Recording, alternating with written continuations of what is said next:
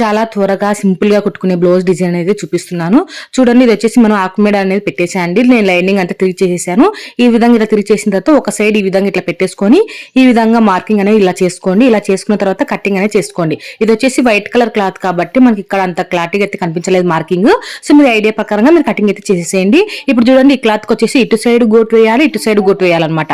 రెండు సైడ్లు ఇలా గోటు వేసేసుకొని పైన దీనికి అనేది మనం కుట్టి పెట్టుకున్న దానికి ఈ విధంగా జాయింటింగ్ అనేది చేసుకోవాలి. ఇక్కడ సైడ్ జాయింటింగ్ చేసేటప్పుడు ఒక 3 మొగ్గలు చూడండి, ఇట్లా మామూలుగా ఇట్లా ఈ విధంగా షేప్ వచ్చేలాగా ఈ విధంగా ఇట్లా పెట్టేసుకొని ఇక్కడ దీని కింద ఇలా పెట్టేసుకొని కుట్టు అనేది వేసేసుకుంటే మనకు డిజైన్ అనేది చాలా సింపుల్ అయితే రెడీ అవుతుందండి.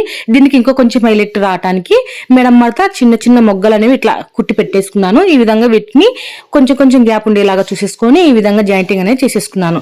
ఫైనల్ గా కనుక మనకు డిజైన్ కు ఒక బటన్ అనేది తీసేసుకొని ఇట్లా బటన్ అనేది కుట్టేసా అనమాట. సో కింద వచ్చేసి పైపింగ్ కూడా వేసేసా అనమాట. పైపింగ్ అంటే గోటేనండి.